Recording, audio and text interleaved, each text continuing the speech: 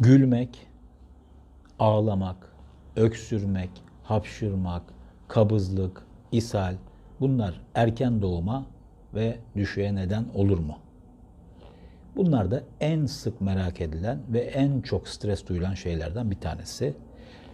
Çok aşırı gülmek, ne bileyim hıçkıra hıçkıra ağlamak, böyle öksürmek, hapşırmak, kabızlık nedeniyle işte tuvalette bir süre böyle eforlu ıkınmak zorunda kalmak, ishal esnasında çok fazla sayıda tuvalete gitmek. Tabi bu arada ishalin kendisinden kaynaklanan nedenlerden bahsetmiyorum. Bu bir enfeksiyona bağlı olabilir. Genel olarak ishal eyleminin kendisinden bahsediyorum. Bunlar erken doğuma veya düşüğe neden olur mu? Su gelmesine neden olur mu? Bebeğin işte aşağı yerleşmesine neden olur mu?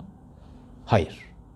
Bir kere öncelikle bilmek lazım ki kabızlık da ishal de beslenmeyle alakalı şeyler tabii ki normal olarak kabul edilmez ama hamilelik için eğer düşünülecek olursa kabızlık çok da anormal bir şey değil. Aldığımız demir ilaçlarından ve vitaminlerden tutun, yediğimiz içtiklerimize bağlı olarak bağırsakların tembelleşmesi, genel olarak hamilelikte tembelleşme eğilimi nedeniyle kabızlık olabilir. İshal de yine çok fazla süt içmekten olabilir, farklı beslenme tarzına geçmekten olabilir, bazen enfeksiyonlara bağlı olabilir. Gülmek ve ağlamayı saymıyorum bile zaten. Bunlar da günlük hayatın bir parçası. Hapşırmak, yani hapşırığınızı tutabilir misiniz? Hapşırıkta bir fonksiyonu var. Ne yapıyor? Alerjik bir şey değilse işte burnuna gelmiş olan bir şeyi yabancı cismi diyelim, bu mikroskopik veya çok ufak bir şey olsa da gözle görülmeyen veya tozları dışarıya atmak. Alerjik bir reaksiyon da olabilir. Bazılarının güneş alerjisi olabilir, bazılarının toz alerjisi olur, şu olur, bu olur. Bunlar tamamen vücudun bir fonksiyonu. Peki öksürmek? Öksürmek de vücudun bir fonksiyonu. Öksürme olmasaydı eğer bronşlara ve akciğerlere kaçan her türlü büyük kitleler, gözle görülmeyecek kadar olan ufak kitleler, mikroplar, virüsler, şunlar, bunlar dışarıya çok daha zor atılırdı. Yani siz zannediyor musunuz ki mesela bir akciğer enfeksiyonunda veya bir bronşitte veya bir üst solunum yolu enfeksiyonunda biz antibiyotik verdiğimiz için iyileşiyorsunuz? Tabii ki değil.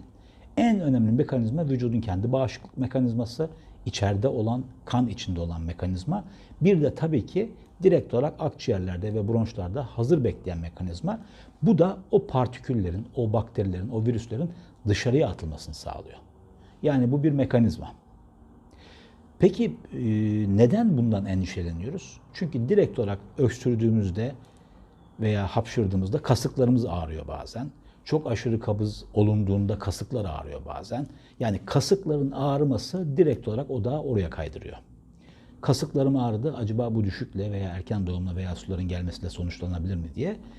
Karın içi basıncının çok ciddi olarak artmadığı sürece, ki bu bahsettiğim şeyler karın içi basıncını çok ciddi bir şekilde artıramaz.